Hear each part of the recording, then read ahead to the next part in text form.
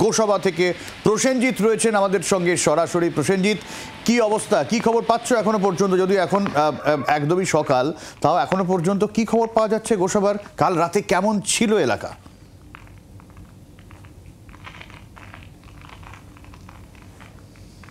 দেখো, আমরা সকাল থেকে বলা যেতে পারে বিভিন্ন জায়গায় ঘুরছি এবং একই ছবি যেটা ধরা পড়ছে যে খুব একটা ক্ষয়ক্ষতি মানুষের মধ্যে কিন্তু হয়নি।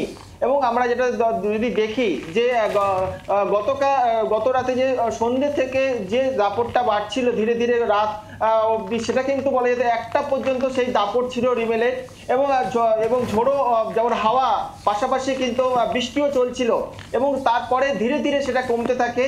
এবং সেটা এখন যে পরিস্থিতি হয়ে আছে, এই যে তুমি দেখছো যে হালকা বৃষ্টি হচ্ছে বা দমকা যে হাওয়াও মারছে, এবং তাতে যে ক্ষয়ক্ষতি যেটা দেখা গেছে যে বিভিন্ন জায়গায় বলা যেতে পারে কিছু ক্ষেত্রে গাছ পড়েছে এবং বিদ্যুতের যে পোল বা ইলেকট্রিক তার সেগুলো ছিঁড়েছে। শুধু গোসবা না, আমরা খবর পাচ্ছি ক্যানিং, বাসন্তী সেই একই ছবি।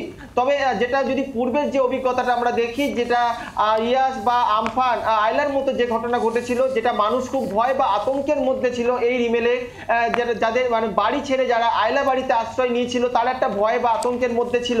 তবে সেই ঘটনা কিন্তু আজকের সকাল থেকে সেভাবে কিন্তু নেই, সেই ঘটনা ঘটেনি।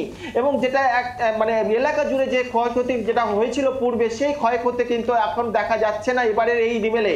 এবং তোমাকে বলবো, যারা আইলা বাড়িতে ছিল তারা ধীরে ধীরে বাড়ির দিকে তারা যাচ্ছে, কেননা তাদের নিজেদের বাড়ি ছেড়ে তারা দূরে এই আইলা বাড়িতে তারা ছিল। এবং তার বিভিন্ন জায়গায় যে মাটির বাড়ি, সেটা হয়তো কিছু ক্ষেত্রে ক্ষতি হয়েছে, সেটা আমরা খবর পাচ্ছি, বা বিভিন্ন বাড়ির চাল সেগুলো কিন্তু উড়ে গেছে ঝড়ে। এবং আমি তোমাকে দেখাই যে পিছনে তুমি দেখো যে মাঠগুলো আছে, সেটা কিছু ক্ষেত্রে হয়তো জল জমেছে, আহামরি জল যেমন রাস্তায় জমে সেটা হয়নি।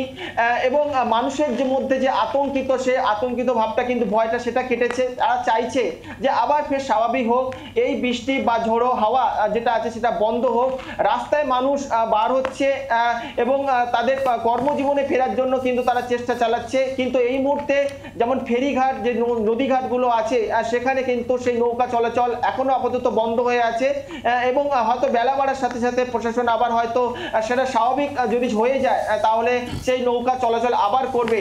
এবং বিভিন্ন জায়গায় যে ছবি কিন্তু আমরা সকাল থেকে দেখেছি, ফের সেই একই কথা যেটা আমরা বলতে চাইছি, যে ক্ষয়ক্ষতি কিন্তু সেভাবে হয়নি। সম্পত্তির ক্ষয়ক্ষতি হয়তো কিছু ক্ষেত্রে পরিবার, যে সমস্ত পরিবারগুলো আছে তাদের হয়তো হয়েছে, কোনো কিন্তু মৃত্যুর মানে কোনো ঘটনা কিন্তু ঘটেনি।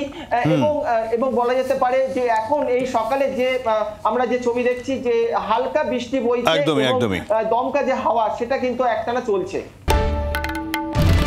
বাংলার আওয়াজ, বাঙালির আবেগ, জি 24 ঘন্টা।